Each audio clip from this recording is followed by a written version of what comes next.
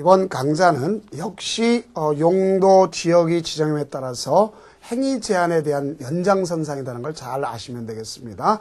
앞에서 건축물의 용도 제한을 배웠다면 지금 이 시간은 규모 제한이라고 하는 건폐율과 용적률을 나가는 것이다 하는 것을 명심해 두시기 바랍니다. 자, 그렇다면 용도 지역의 지정에 따른 지금 행위 제한을 나가고 있는 겁니다. 행위 제한.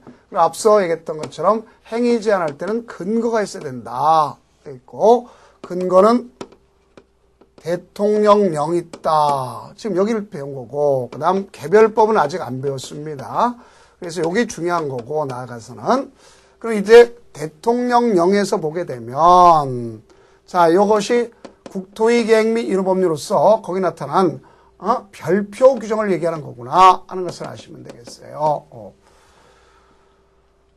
또는 그 나타난 것 중에서 그 내용량을 갖다 얘기하는 것이고 그리고 여기에 따라서 행위 제한의 유형 제한의 유형은 그중에 건축물의 용도 제한 원래 건축물의 용도는 건축법에 있다 그랬죠. 용도는 건축법에 있지만 제한은 이 법에 있는 거예요. 그래서 그거에 대한 내용을 여기서 강화되고 있구나 하는 걸 볼 수 있겠고요. 두 번째는 이 시간에 배울 것이 바로 이겁니다. 규모 제한. 이 규모 제한이라는 것은 건폐율과 용적률에 관한 사항이구나 하는 걸 알 수 있어요. 이것이 건폐율 용적률에 관한 사항이다. 이렇게 볼 수 있습니다. 여기 있는 이 건폐율과 용적률에 관한 사항인데 이 건폐율이라고 하는 것은 대지 면적에서 건축물이 차지하고 있는 비율을 얘기하는 거고 용적률이라는 건 대지에서 몇 배 쌓느냐, 적 쌓느냐는 얘기입니다. 그래서 이 규정은 3단계로 규정되어 있어요. 3단계로. 3단계가 어떻게 되느냐? 법률에서, 즉 국토의 계획 및 법에서 최대한을 규정했다면 그 다음 대통령령 가지고 국토의 계획 및 법 시행령 가지고 세분화시켰다. 그 다음 조례 가지고 때로는 강화 때로는 완화시켰다. 이렇게 보시면 되겠습니다. 그렇다면 이 시간에 배울 것은 건폐율의 개념과 용적률의 개념을 먼저 배우고 그 다음 가서 여기 있는 조례까지 다 지금 가져갈 필요는 없습니다. 요새 근자에는 저희 교재도 교재에 보면 다 있지만 그걸 다 가져갈 그 포인트 위주로 가져서 시험을 갖다 실무 위주가 아니지 않습니까? 그죠? 그것만을 정리해 드렸습니다. 자, 그렇다면 건폐율이라는 말 썼습니다.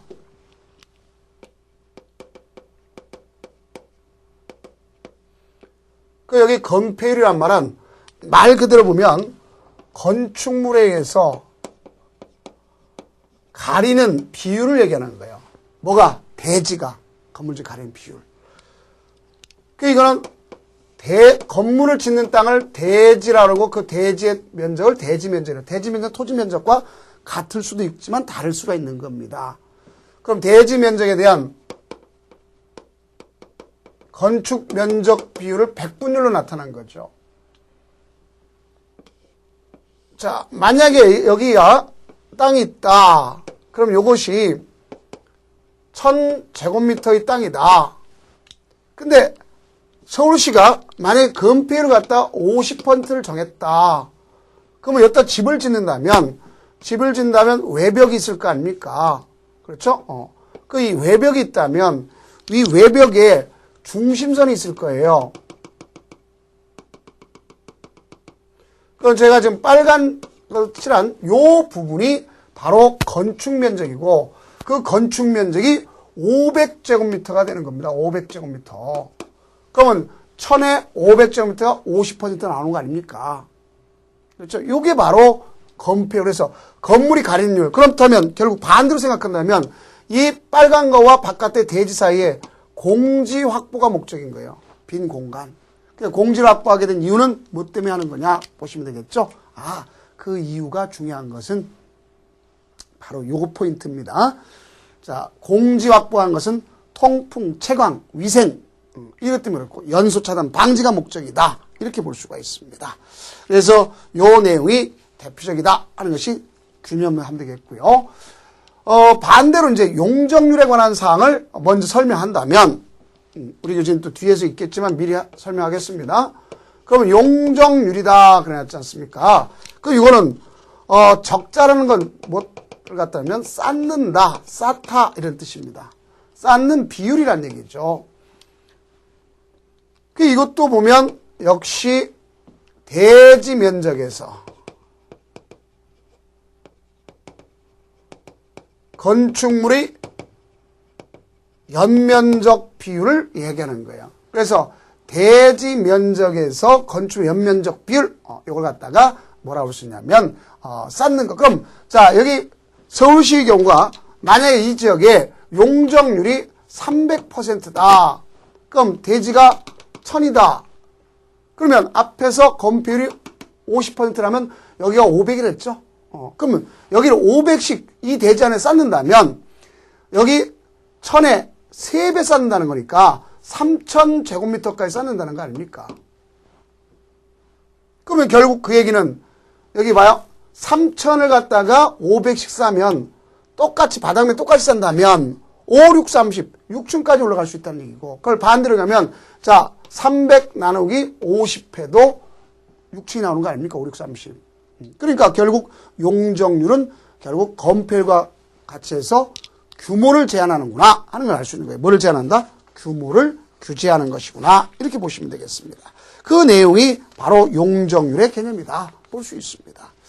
그래서 용적률의 경우는 우리가 봤을 때 지하층 같은 건 들어가지 않는다는 것은 또 뒤에 가서 건축부에서 더 상세히 얘기를 하기로 하고, 그럼 이와 같이 건폐율 용적률이 3단계로 규정되어 있습니다. 그러면 법에서 정한 우리가 요거와 요거 위주로 보는데 조례까지 요새는 많이 나오지는 않습니다.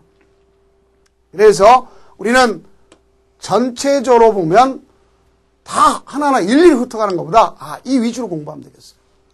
그럼 법에서 허용한다. 그럼 법에서 우리가 용도지역을 배웠죠. 자, 법률에서 국토의 계획 및 이론 법률을 얘기하는 거예요. 거기서는 어떻게 규정하고 있느냐.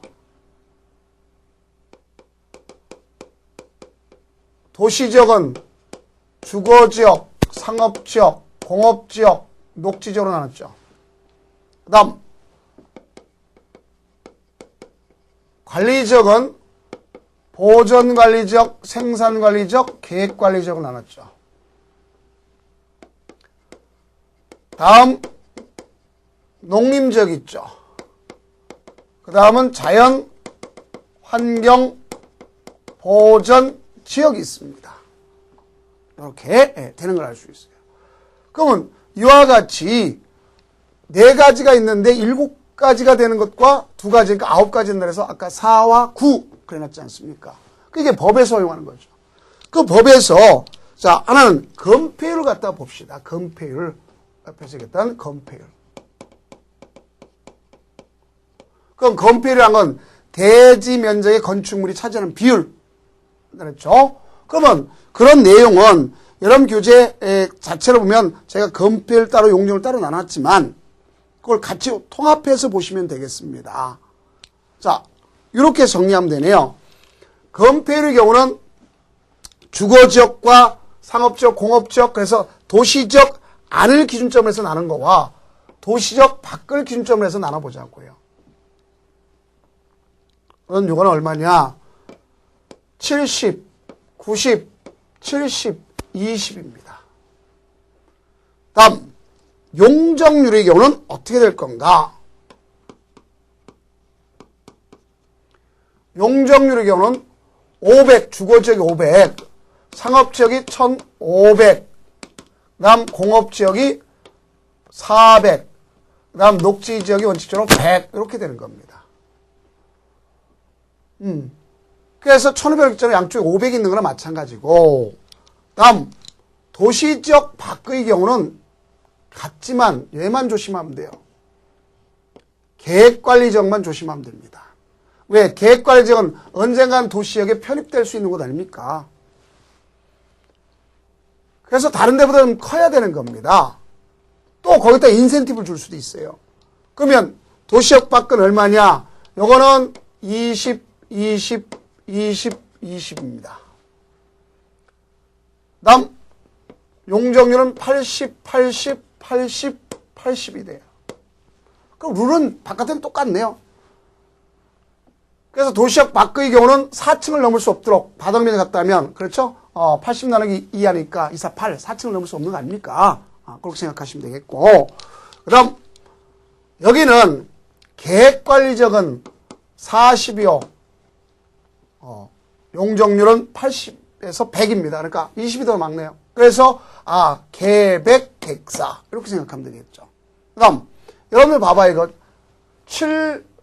여기 봐요. 주거지역 70, 상업지역 90, 공업지역 70, 녹지역 20이죠. 요새 젊은 사람들 뭐래요? 앞에 그 잘 따가줘죠. 7972, 친구끼리 사이좋게 지내는 거죠. 그래서 7972 사이. 이렇게 생각하면 됩니다. 자, 그래서 이것만 잘 아시면 되겠고, 다음에는 주의할 내용은 여기 보니까 요 녹지지역 요것은 바로 100을 기점으로 하는데, 자, 유일하게 이제 세분될 때는 좀 달라지는 걸 알 수 있어요.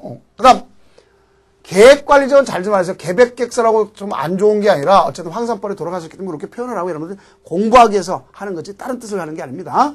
요거와 더불어서 뭐가 있냐면 얘는 언젠간 도시에 편입될 거 아닙니까? 그러니까 여기다가 성장 관리 방안이 되면 1.25배, 즉 125%를 갖다 더 해주는 거예요. 무슨 관리 방안이면 성장 관리 방안이면 그러면 40의 1.25배, 100의 1.25배 이렇게 해줄 수 있다는 얘기입니다. 그것이 바로 계획관리 성장관리 방안이 되면 인센티브를 더 주는구나 하는 것도 아시면 되겠어요. 다음, 이게 법률이고 다음은 조례 가지고 하는 게 아니라 대통령령 가지고. 그러면 대통령령은 이 법률보다는 더 세분시킨다 그랬잖아요. 그럼 세분시킬 때 다른 걸 다 공부할 게 아니라 여기 있는 주거지역과 상업지역을 중심으로 공부하면 되는 겁니다. 다음 얘네들은 나눠도 똑같아요. 여기는 다 나누지 않으니까 똑같고, 자 여기 보면 얘도 50씩 빼면 되는 거예요. 준공업지역 400, 일반공업지역 350, 전용업지역 300 이렇게. 그 다음 여기는 같지만 보전 녹지만 유일하게 80이라는 것만 아시면 돼요. 보전 녹지만 세분시킬 때, 대통령이 세분시킬 때. 그러면 세분되는 거는 여기 주거지역과 상업지역을 공부하시면 되는데 나열을 한번 해봅시다. 어떻게 나열하는 거냐? 큰 곳이 상업지역이지. 상업지역에서 어디가 큽니까? 중심상업지역. 일반상업지역. 앞서 이럴 때 중1, 유군이라고 배운 적 있지 않습니까? 다음 유통상업지역, 근린상업지역. 여기까지가 상업지역입니다. 다음 주거지역은 준주거지역이 그 다음에 상업지역과 더불어서 가져갈 수 있겠죠. 왜? 주거와 상업 업무까지 하니까. 얘는 주택가 가까이서 서비스, 생활용품을 하니까. 그래서 이거는 잘 아시면 되겠죠. 그 다음 일반 주거지역입니다. 일반 주거지역. 다음 전용 주거지역이 되죠. 일반 주거지역은 3종, 2종, 1종 이렇게 되고 전용 주거지역 2종, 1종이 됩니다. 거의 이렇게 가는 것이 규모가 더 크다는 걸 알 수 있어요. 그래서 우리가 연상할 때 교외 지역에서부터 주거지역에서부터 중심 상업까지 건물이 규모가 크잖아요. 그죠? 그렇게 되겠죠. 그렇다면 이제 한번 건폐율과 용적률을 봅시다. 건폐율은 리듬 타면 돼요. 자, 여기 봐. 상업지역이 최고 컸다 그랬죠? 90이 최고 큰 거 아닙니까? 주거지역은 얼마였죠? 70. 준주거지역이 최고 크잖아요. 70. 이렇게 됩니다. 그러면 9, 8, 8, 7 이렇게 9, 8, 8, 7. 자, 9, 8, 8, 7, 7 이렇게 리듬 타봐요. 9 높잖아요. 8, 8, 7, 7. 그 다음 여기 일반 주거지역 3종은요. 요게 조심해야 돼요. 일반 주거 3종은 중고층입니다. 그럼 우리가 중고층이니까 뭐가 될 거냐면 건물의 높이 올라갈수록 뭐가 해야 될 거냐. 자, 공간을 많이 피워야 되겠죠? 안전을 위해서. 그러니까 이것만 유일하게 50입니다. 50. 그러면 나머지 옆에 거는 60, 60, 60, 60, 50, 50이 돼. 그래서 이것만 조심해주면 되겠구나 하는 것을 아시면 되겠습니다. 결론적으로 봤을 때 98877 5665 5665 이렇게 되겠네요. 리듬 타면 그 다음 용적률은 어떻게 될 것이냐. 더 쉽습니다. 얘는요. 용적률은 어떻게 될까? 더 쉽습니다. 그러면 용적률의 경우는 이걸 기준점으로 하면 되는 거예요. 자, 여기 보면 1500에서 200씩 빼나가면 됩니다. 200씩 차감하면 돼. 200씩. 그러면 1300, 1100, 900 이런 형태가 되는 거예요. 200씩 빼나가니까. 200씩 빼나가니까 이런 형태로서 가져가는구나 하는 걸 알 수 있습니다. 그럼 준주거지역은 여기 봐요. 얼마였냐? 500 했잖아. 그럼 여기다 500을 쓰는 거예요. 500. 그 다음 한 번만큼은 200을 빼죠. 그 다음에 나머지는 50씩 빼주면 되는 거예요. 50씩. 그러면 250, 200, 150, 100이구나 이렇게 볼 수 있어요. 그럼 이와 같이 어떤 리듬을 타면 되는 것을 볼 수 있어요. 그래서 숫자 가지고 나올 거면 혹시 우리가 이 순서만 잘 중1, 6은이란 거 잘 알아주고 그 다음에 여기 일반 주거적 3종만 잘 알아두시면 문제 풀 때 컴페리즌, 용적률 다 풀 수 있어요. 숫자 대비 아니라. 그래서 여러분들 근자에도 이런 내용이 25회 역시 24회 역시 같이 나오는 것을 볼 수가 있지 않습니까? 그래서 나열한 대로 본다면 여러분 교재에도 보면 그 박스 안에 보면 법률이 정한 것, 그 다음에 우측에 보면 시행령이 정한 것 돼 있고 관리지역 중에서 계획관리지역은 40%인데 성장관리 방안이 된다. 그러면 125%까지 가져간다는 것이 언급되어 있지 않습니까? 그 다음 건폐율은 때로는 강화 또는 완화시켜주는데 딱 한 가지만 밑줄 쳐주시면 되겠습니다. 건폐율의 강화란 말이 나오죠. 그러면 건폐율의 강화란 말 나오면 뭐가 있느냐? 왜 강화시키냐? 도시지역은 개발이 되잖아요. 그죠? 그럼 그 도시지역에서 너무 토지가 가밀화됐다. 그럼 건폐율을 낮춰야 되겠다 아닙니까? 그러면 40% 이하 범위, 40% 이하라면 아직 못한다는 거 아니면 40% 이상, 40% 이상 강화시키겠다 하는 것을 볼 수가 있어요. 그래서 이제 그런 내용과 생산적으로 쓰게 되면 또 재해를 예방케 하게 되면 바로 뭐 할 수 있냐면 재해 저감 대책을 하게 되면 인센티브를 줘요. 그거는 그렇게 정리하면 되겠고요. 다만 이제 특례라는 게 있을 수 있죠. 자, 취락지구, 그다음에 개발진흥지구, 수산자원보호구역, 자연공원구역, 농공단지, 산업단지 이런 거 아닙니까? 그러면 우리가 대개면 농공단지는 도시역 바깥에서 공장을 지르면 도시역 밖은 규모가 다 작잖아요. 그렇죠? 그러면 어떻게 하겠어요? 키워야 될 거 아니야, 공장을 지르려면. 그러니까 60까지 해주는 거고 또 공업지역에서 70은 넘어가니까 80까지 짓게끔 하는 것이다 하는 것을 아시면 되겠고요. 그 다음 용적률의 경우에도 역시 똑같이 세분되면 법률, 대통령령, 조례가 돼 있잖아요. 그죠? 그래서 이건 조례에서 보면 되는데 자, 역시 뭘 기점할 수 있어요? 법률에서 최대한, 그렇죠? 조례로서 가져가는 것보다 생령 가지고 세분. 그럼 그 중에 조심할 것이 뭐가 있는가 봤을 때 가장 기본적으로 보면 녹지 지역 중에서 무슨 녹지만 조심하면 돼요? 보존 녹지만 50에서 80이구나 하는 것을 아시면 되겠습니다. 50에서 얼마? 80. 이걸 키포인트로 꼭 정리해 주면 되겠고요. 다음 이제 넘어가시면은 뭐가 있냐? 도시군 관리 계획으로 이것도 강화 또는 완화시켜 줄 수가 있다 하는 걸 볼 수 있어요. 그래서 그렇게 되면 이제 방제 재저감 대책을 썼다. 그러면 더 완화시켜 줄 수가 있습니다. 그래서 용적률에 대해서 120% 더 완화시켜 줄 수가 있다 하는 것을 아시면 되겠습니다. 자, 다음 뭐 완화시켜 주는 것이 있는데 그건 굳이 할 것 없고 최근에 완화시켜 주는 거는 뭐냐? 사회복지시설.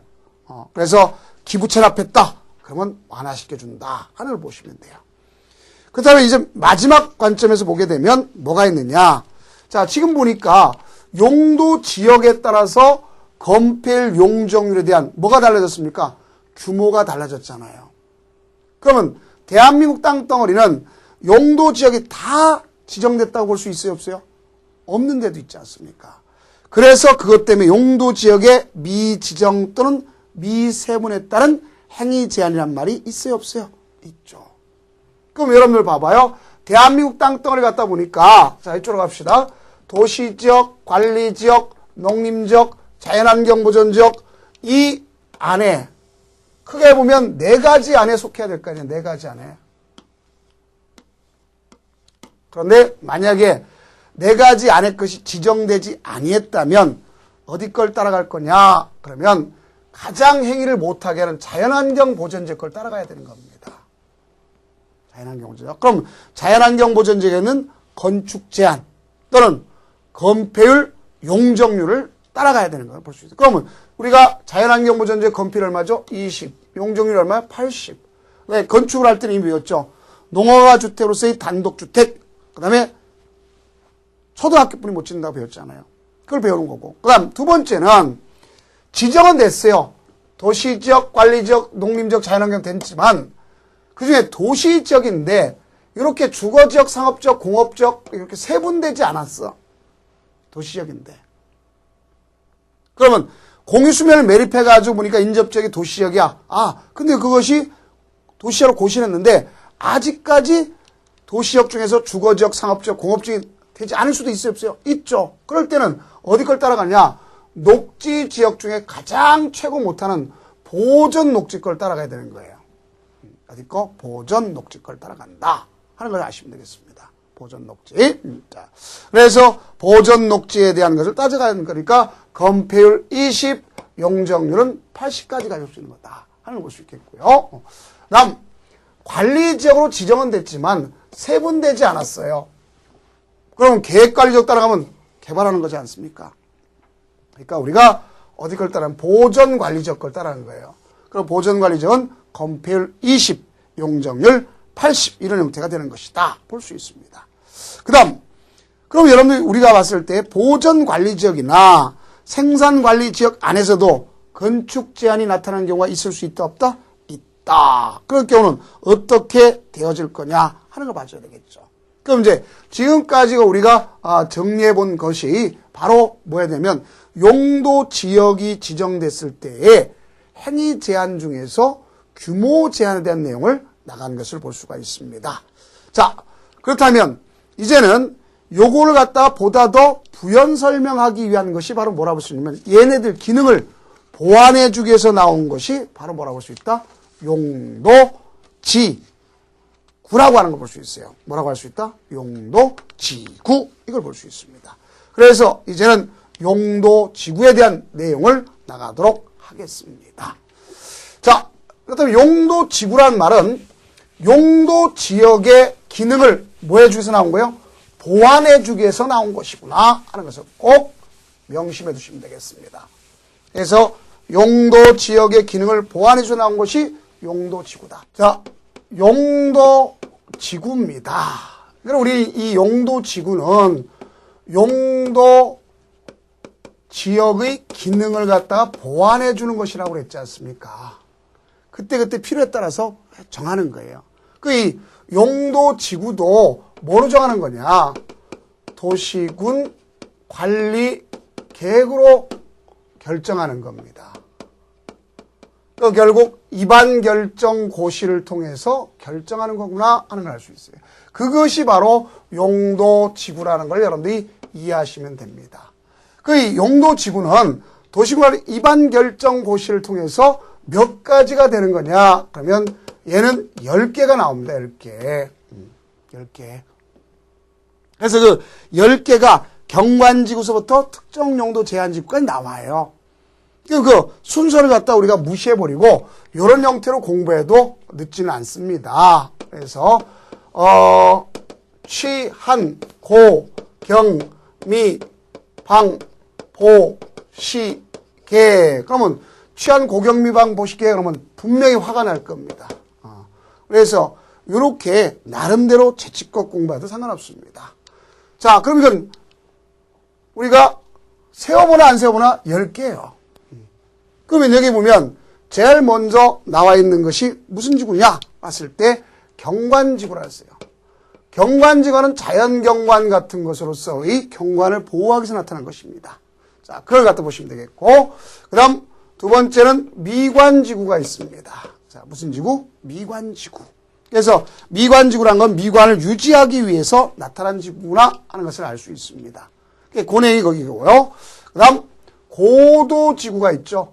자, 우리가 고도지구는요, 최고 고도를 갖다 이야기하는 겁니다. 그래서 이 고도지구는 쾌적한 환경, 토지 이용, 여기에 따라서 결국 높이를 최고한도, 최저한도를 규제해서 나타나는 것이 고도지구임을 알 수가 있어요.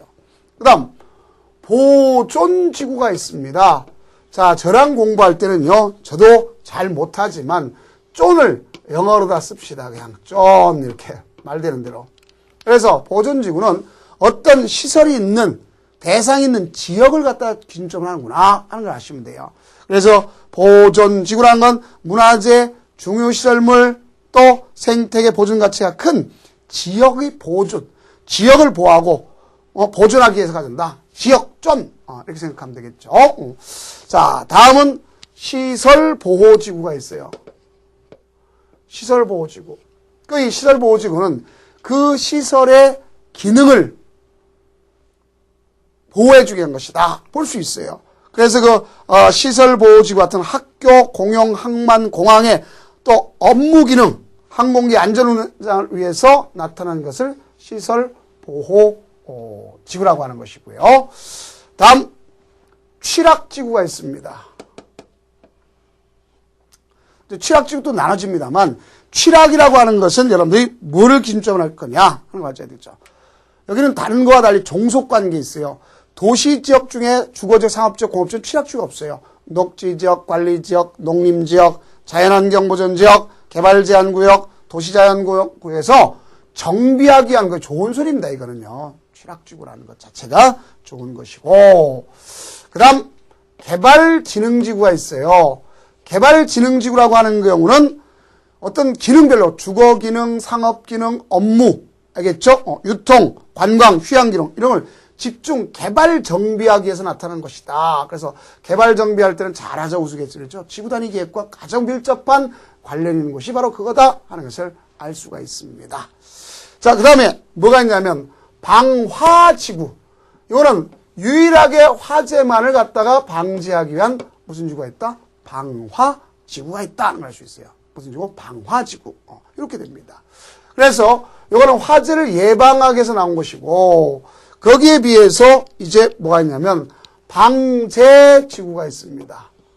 방제지구. 자, 얘와 얘를 구별 못하면 우스갯소리로 물불 못 가리는 사람이라는 겁니다. 그래서 이쪽은 산사태, 해일 이렇게 해서 나타난 것으로서 집안 붕괴, 그 밖에 재해를 위해서 나타낸 방제. 요새 방제를 갖다 엄청 많이 강화시키는 거 아닙니까? 그렇죠? 그래서 재해 저감 대책 어디 안에서, 여기 안에서 더 강화시키는 거예요. 그래서 인센티브를 지을 수 있게끔 하는 것을 볼 수 있겠고요. 그 다음 마지막으로 여기 보면 특정 용도 제한지구. 특정 용도 제한지구가 있습니다. 그 특정 용도 제한지구는 왜 나오는 거냐 하는 걸 보게 되면 청소년 또 주거환경 보호를 위해서 청소년 유해시설을 등장시키지 못하도록 하는 데가 뭐라고 쓰면 특정 용도 제한지구라고 그래요. 그래서 이와 같은 것이 있는가 하면 그 밖의 시설, 아직 그 밖의 시설은 생성된 게 없습니다. 그래서 우리끼리 할 때는 취한 고경미방 보시게, 그 중에 이제 조심할 건, 왜 여기다가 화가 난다. 요것만 유일하게 이제 뭐가 되지 않느냐면 세분되지 않는다는 걸 알 수 있어요. 요것만 유일하게. 뭐가 되지 않는다? 세분되지 않는다. 그러면 대신 여기 보니까 요거는 세분 안 되더라도 조례가지고 하는 겁니다. 그럼 여러분들이 앞으로 여기 세분되는 것이 뭐가 있느냐? 이들이 다 세분되는 거예요. 그래서 제가 빨갛게 쓴 것은 요 빨갛게 칠하는 것, 이들은 뭐가 되면 세분화를 시킬 수 있는 거예요. 세분화. 근데 그 중에서도 이제 경관지구, 미관지구는 뭐가 더 세분화시키느냐? 세분한 걸 더 추가 세분시킬 수 있어요. 뭐 가지고 얘는 조례 가지고 추가 세분시키는 것이구나 하는 걸 알 수 있어요. 그래서 이와 같은 내용에 대한 의미를 배워나가는 것이 바로 우리 이제 어디 내용이라고 보시면 여기 내용입니다. 그렇다면 이것이 좀 걸리더라도 자 뭐뭐가 되는가를 갖다 한번 정리를 갖다가 다음 강좌에 나가서 인지할 수 있도록 이렇게 하겠습니다. 그래서 우리가 이런 내용이 있구나 하는 것을 정리하시면 되겠습니다. 자, 고생 많으셨습니다.